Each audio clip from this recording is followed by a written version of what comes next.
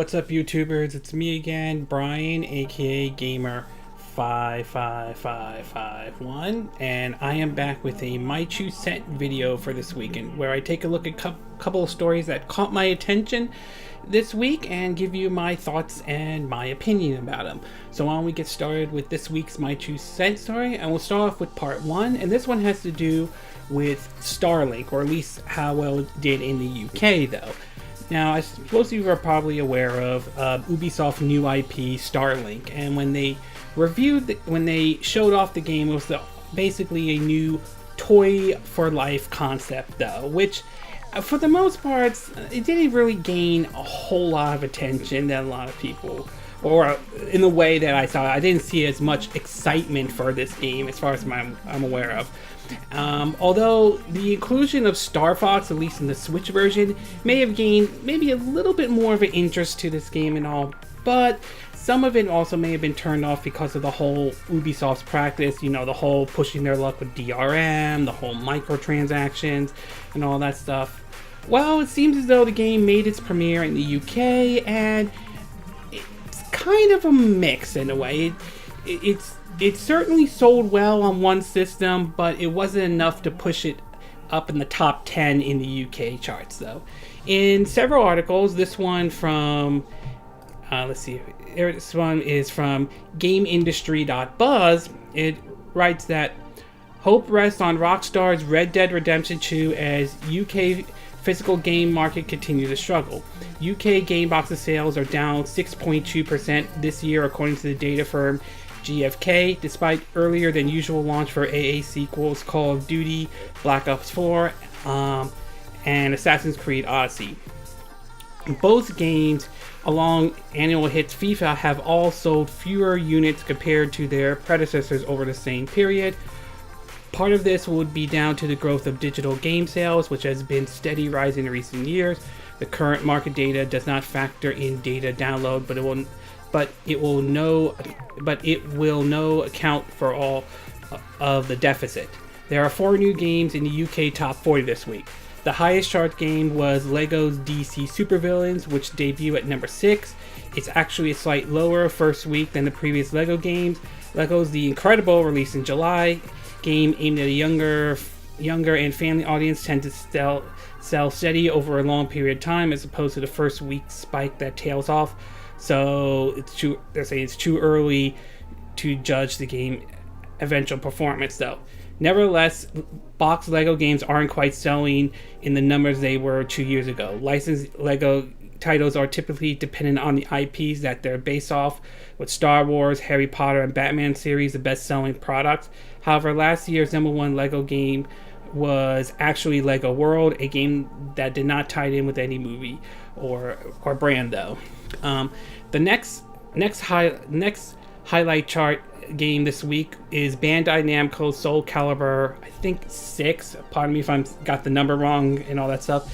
At number 8, the fighting game launch sales are more than 55% lower than its predecessor. However, Soul Calibur was released in 2012 when the physical game market was bigger and digital games were still in their infancy. 80% of Soul Calibur sales were on the PS4, with the remaining on Xbox One. One game released this week that will have a physical retail bias is Ubisoft's Starlink Battle for Atlas, which features tie-in spaceship toys. The open-world space game is the only new IP at retailers this fourth quarter, and has started very slowly, only making it at number 14. This is also a game targeted to kids and families, so sales should hopefully improve as we get closer to Christmas, especially as the critical receptions were strong. However, we can already tell which platform might prove to be more popular. 82% of Starlink sales came from the Nintendo Switch, with just 10% coming from the PS4 and 9% on the Xbox One. The Switch version of the game features exclusively toys and characters based off Nintendo Star Fox series, though. However, the best-selling new Switch game out this week was Dark Souls Remaster. So, in terms of Starlink, though, it's kind of a mixed response, though. While certainly not certainly wasn't as high as they wanted it to be. So it unfortunately entered in at number 14, though, which is somewhat of a, obviously not what Ubisoft wanted, though. On the other hand, it looks as though in terms of a breakdown of basically the versions, and again this is based off physical, we don't know how digital it did. It's possible digital may have sold very well as well. It sounds like a good chunk of it came from the onto the Nintendo Switch, I think, and some people, and I think a lot would point to the fact that Star Fox was in it may have been one of the reasons why the Switch version sold very well, at least in the UK. Which kind of raises sort of the question of what if Ubisoft did not add Star Fox into it, though? Would the game still have sold very well, or would it had bombed very quickly, though? So obviously, it looks as though Starlink did not get off to a great start, though. It will be very interesting to see how it does in the US and how the charts, how it is in the US, though, and of course in Japan as well. It'll be very interesting to see how well it does, and whether or not we will see and in terms of breakdown of which version sold the most. It'll be interesting to see if the Switch version sells more like it did in UK, or if the other version sells, though. My take is that I think it's most likely that the Switch version will probably sell more. It will be very similar to how it is in the UK, I think, mostly because of the Star Fox and all that stuff. So, but overall, kind of mixed for Starlink, at least in terms of sales in the UK. Apparently, the Switch version sold more, so as a Switch owner, I think that's great, but at the same time, obviously, it didn't lit up the charts as Ubisoft hopefully was hoping for. We'll see what happens during the holidays. Maybe it will do better during the holidays, but we'll have to wait and see. Okay, we're going to take a quick break, and when we get back, we'll get to part 2 of our video, and this one has to do with supposedly a limited edition that they're having in Japan for the upcoming Devil May Cry 5, which the price they have for it is utterly ridiculous, though. So we'll take a quick break, and we will be right back.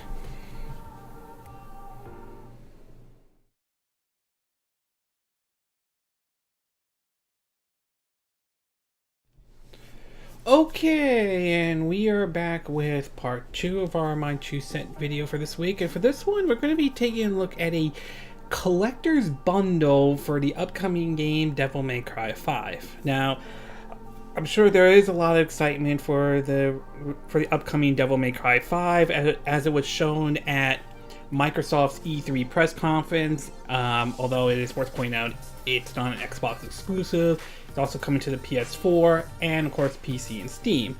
And while there is certainly some excitement about it, the game sort of has ran into at least some controversy, though. While I won't go as far as saying this will probably ruin the game overall, it certainly may have upsetted some people, though. Obviously, the first one was when the discovery of microtransactions in Devil May Cry 5 and the argument of the whole player choice stuff and all that stuff, which didn't really sit well with a lot of people, mostly because of the fact that, especially in a post-Star Wars Battlefront 2, even if the intention is not to turn it into a pay-to-win kind of a situation, though. We'll have to wait and see if that had a negative impact when Devil May Cry 5 comes out, whether that will impact the game or not.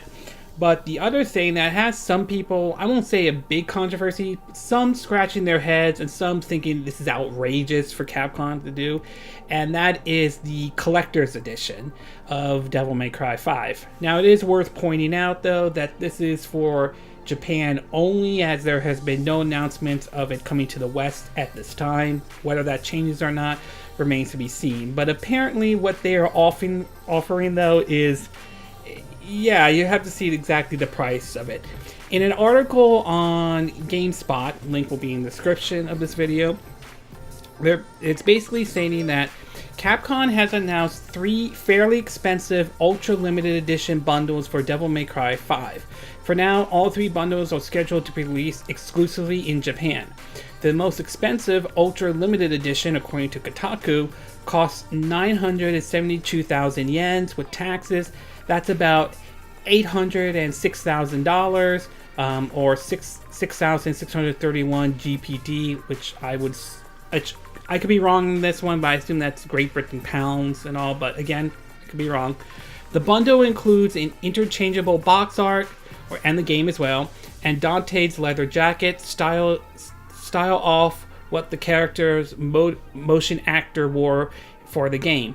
There's a cheaper version of the Ultra Limited Edition that comes with Neo's jacket instead and costs 810 yens or 7,176 US dollars, 5,533 GPD. You could buy the bundle with Neo's jacket undamaged, like in previous games, or slightly ripped up, like how it appears in Devil May Cry 5.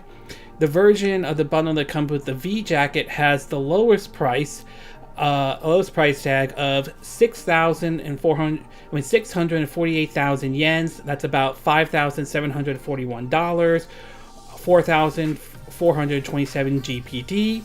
If you don't want to import the game from Japan or simply wish to avoid dropping a few $1,000s on a video game, Devil May Cry 5 has a cheaper deluxe edition. Only costs around $70. The deluxe edition includes 3 Devil Breaker weapons, live action cutscenes, 12 music tracks from Devil May Cry 1 and 4, the Carviel,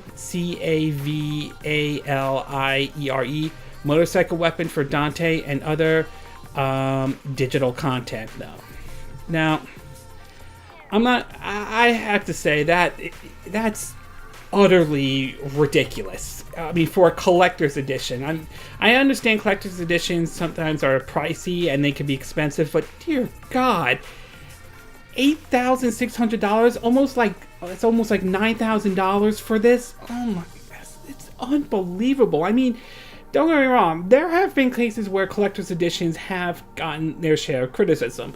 A couple years ago, Square Enix tried to pull off something with Deus Ex Mankind Divide, where they try to do a crowdfunding kickstarting part of where if you pre-order the game, you'll get certain contents that unlock if they get more people to pre-order, and all that stuff. And I think they suffered from backlash for it and they canceled that. I mean, Rockstar got into some criticism over $100 or so collector's edition that didn't even come with the game. Even Ubisoft itself, although they have gotten better, are still basically have gotten criticisms for their collector's edition, especially the fact that their latest game, Assassin's Creed Odyssey, had up to 6 different collector's editions. 6! You need 6 different collector's edition and a spreadsheet to know what exactly is in the collector's edition. That is insane, outrageous, and unnecessary. And this just like, whoa. I mean, I'm sorry, unless you're that person in South Carolina that won the $1.6 billion in the lottery, unless you're that person, I can't see anybody spending that much money, though. As interesting as the jacket is, tempting as it is, I can't see myself spending $8,000 on this. Even if I won the lottery itself, even if somehow I won that, whether it was the Mega Million or the Powerball, I still won't spend it on it, though. Yes, I mean, I'll be rich and all, but I still wouldn't even go out of my way to spend that much money on something like this. That's outrageous. That is completely insane of it. I mean, you have to be, super rich or really, really rich to be able to afford that, though. Me, I'm just going to stick with just getting the game, but this is ridiculous. I mean, again, I'm not going to stop people from buying it, though, and I'm sure there are some that are going to try, that probably will import it, that really want to get that jacket or really get that collector's edition Capcom's offering, but that's insane and just utterly ridiculous. At least that's how I'm looking at it, though.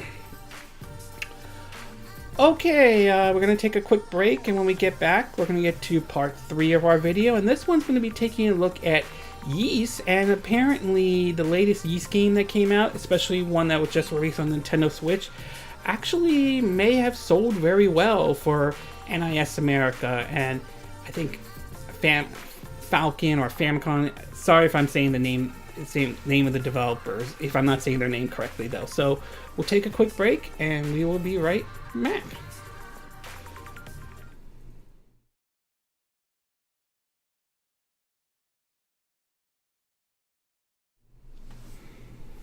Okay, and we are back with part 3 of our My True Set video, and for this one we're going to be taking a look at Yeast. I think Viii. Again, I apologize if I can't say Roman numerals correctly. Lacrimosa of Dana. Yeah, I can't spell the name correctly though. So as you all know though, that game has been out for a bit.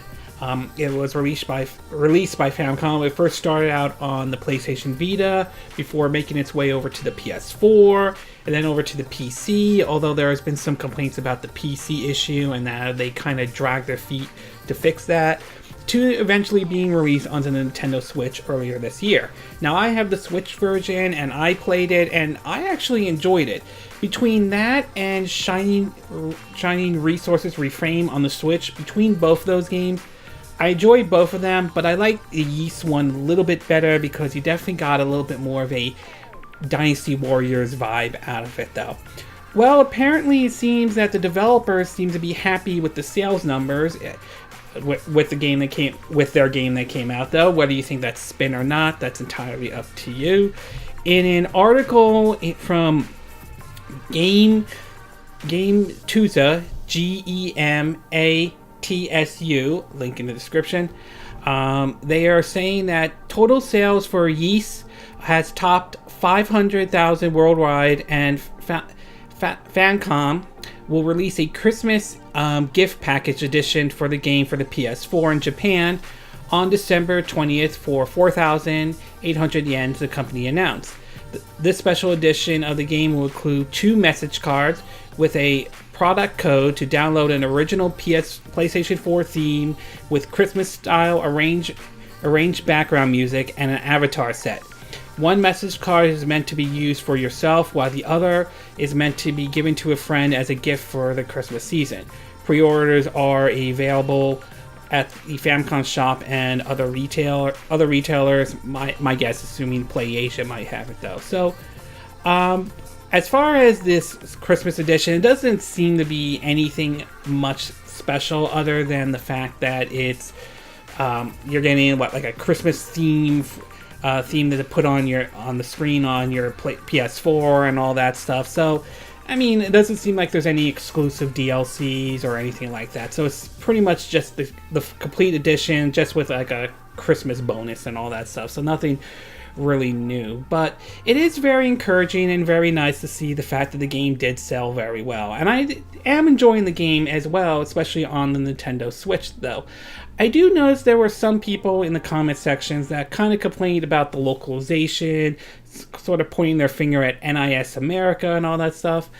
Honestly, and again, I'm just speaking for myself, I'm not speaking for everyone though, I really didn't have a huge issue with the localization. I didn't have any problems with the voice acting or the story or anything like that at all though. I mean, I was just playing it and I enjoyed the game, to be exact. I can't speak for everybody, but based on my time with the game, I really did not run into any I did not have any problem with the localization and anything at all. But overall, it's very encouraging and very nice that Yeast is certainly sold well. I'm a little curious to see if topping 500,000, I'm a little curious to see if some of that may have been the Switch sort of contributing to it, or was it selling very well long before the Switch ever entered into the picture though. So I'm a little curious to see, wondering if the Switch version kind of helped push it over to the 500,000 marks. But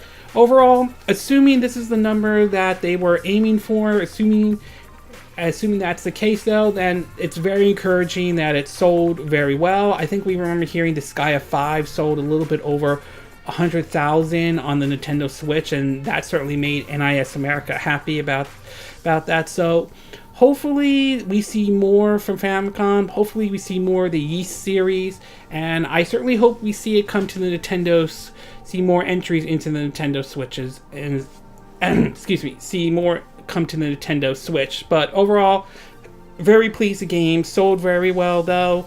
And hopefully here's to seeing more entries of the series.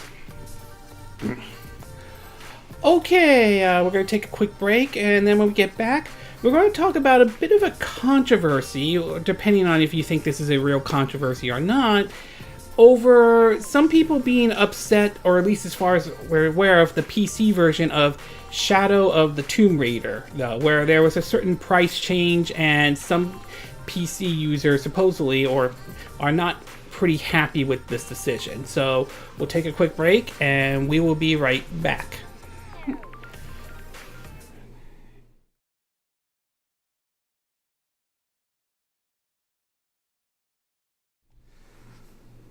Okay, and we are back with part 4 of our My Two Cent video. Hopefully that's part 4. Let me double check just to make sure. Yep, part 4 of our My Two Cent video. And for this one, we're going to be taking a look at a bit of kind of a controversy, depending on how you want to look at it. It has to do with Shadows of Tomb Raider and a decision that was made that has some PC gamers, not everybody who's a PC gamer, but some that are kind of upset over what Square Enix recently did. Now, I've yet to try out Shadows of the Tomb Raider, though. I might try that out maybe a little bit later down the road or anything. But from what I've been hearing from some reviews is that some of it has been saying like the story's bland, to the fact that there are some graphical issues as well. So I don't know. I'll have to try it myself. Again, if I do get it, it'll probably be on the PS4 since I have that though. But apparently some people are not happy with the Steam version or the PC version of Shadows of the Tomb Raider, and this mostly has to do with a price drop Square Enix recently did, supposedly because the game isn't as selling as well as they had hoped for. From an article on PC Games, according to the article, and again, link will be in the description though, it says, Shadows of the Tomb Raider is currently on sale not very long after. You might see that a good opportunity to check out Laura's latest adventure, or you might see it as a reason to leave an angry comment and a negative rant on the game's Steam page. Plenty of people have decided on the latter is the better course of action. Shadows of the Tomb Raider went on sale earlier this week. Just afterwards, on October 16, a rush of negative reviews started going up, a far greater proportion of bad reviews than the game has seen before. Some of those reviews mentioning audio bugs and crashes that have come up since the latest updates, but the vast majority made direct mention of the sale price. Many of those reviews come from around the world, but the vast majority comes from Chinese users. On Reddit, Predator 8137 has provided a rough translation of a few responses, many of them with angry words from Square Enix. Some of them are 50% off in 1 month, Square Enix is unethical, your mom is dead, if I ever pre-order again, I am an idiot, pardon my language on this one, I'll eat shit if I ever touch your game again, and pardon my language on this one, go F yourself, Square Enix, 43% off in 1 month. These Japanese developers should die. Ugly business practice, though. Ugly business practices. On Steam, Shadow of the Tomb Raider is 34% off for the base game, or 40% off for the more expensive Croft Edition with all the DLCs. Those are pretty steep discounts this soon after the game's September release, and this might indicate a lower than expected sales from the new game. Shadow of the Tomb Raider's sales are reportedly way down on physical media, but that's largely accounted for the general increase of digital sales. Steam charts players count suggests comparable start for Shadow of the Tomb Raider, though. Alright, first of all, I do want to say, for the person who said these Japanese developers should die, first of all, Square Enix is the publisher. They're not the ones who, I don't believe that they're the ones who developed the game. So first of all, that was a stupid, idiotic comment for me to make, though. Idiot comment for that person to make. Regardless of whether you think the price drop was necessary or not. I think some of those comments were way out of line and very inappropriate, though. I mean, it is usually a price drop for a lot of these games. Usually happen maybe months and months down the road and all. And while I can understand to some degree why some people would be upset that you did a price drop just right away, right within month after the game came out, though, I think some of the comments were a little bit way out of line and way over the top. I understand there is some frustration with Square Enix for this decision to do a price drop, but to make comments like to make certain comments like "your mom is dead if I ever pre-order again," or "go F yourself, these Japanese developers should die," I think that's uncalled for. I mean, to me, honestly, it gives gamers a bad name in general when you see outrageous and offensive comments like this. This gives the impression that these people who type this gives the impression that gamers have no life, no social skills, no nothing whatsoever. I mean, it is uncalled for and outraged and unacceptable, at least the way I see it. However, I mean, I can understand there may be some people who might be frustrated with Square Enix dropping the price at this early, though, but seriously, I mean, really, to make those kind of comments, however, I think it is really unacceptable and all that stuff. But overall, I would say I can understand some of the criticism, but I think some of the comments were a little nasty and way out of line, at least from what I saw it, though. I mean, again, I'm not a PC gamer, I'm more of a console gamer as well, but even as a console gamer, even though I don't game on PC, I still think those were inappropriate comments to make. And even if Square Enix did this to, say, the console version of Rise of the Tomb Raider, and people made those comments, I still would view them as inappropriate and unacceptable. I understand developers do get their share of criticism, and don't get me wrong, there are decisions that they make that are completely idiotic and stupid, and they do deserve to be called out for it. But there's a certain degree of how far to really go when to criticize them, and this, I think some of those comments were, in my view, way out of line. Okay, we're going to take a quick break, and when we get back, we'll get to part 5, and this one has to do with the possibility of that we might be getting a Nintendo Direct. Not only one Nintendo Direct, but maybe two. So we'll take a quick break, and we will be right back.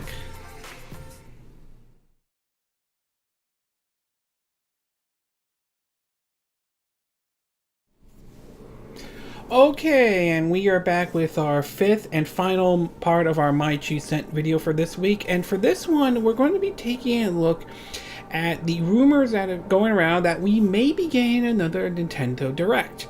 Now, it's been a while since we haven't... It's somewhat been a while since we have gotten any other Directs. I think the last one was basically, a little bit more information about Smash Brothers and so forth. And I do think we're due to another, it's possibly due for another one as well. And many people suspect that the next Direct will probably focus maybe even more about Smash Brothers, including the possibility of perhaps supposedly there's going to be a single player mode in it. Well, according to one site, Gaming Intel, and others have picked up as well, it seemed that it is possible that might be the case. According to the article, and again, this is from Gaming Intel, they're reporting that, and this is what they're saying, quote, Gaming Intel has been provided with exclusive information via anonymous source, again, grain of salt on this one, revealing when we'll see a upcoming Nintendo Direct. Nintendo Direct / Super Smash Bros. Ultimate Direct. According to our sources, who also happen to be correct on numerous other leaks that we posted, we should expect either a Nintendo or Super Smash Bros. Ultimate Direct to take place between November 5th and November 12th. To be specific, our source is most confident that the live stream will take place on November 8th. However, that cannot be 100% verified though.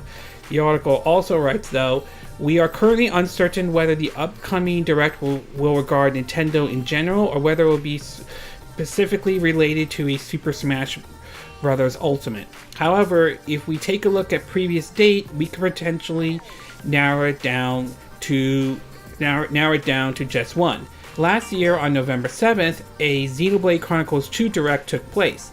The latest Nintendo Direct beforehand took place on September 13th, the same date as this year's Direct, which was primarily focused on Switch and 3DS game. With that said, it's likely that Nintendo will follow suit this year. Based on the pattern in previous years, and with Super Smash Bros. Ultimate release on December 7th, we predict the upcoming Direct will regard the upcoming installment of the Smash series. In addition, the information we have received have been cross-referenced with other industry insiders and leakers, though.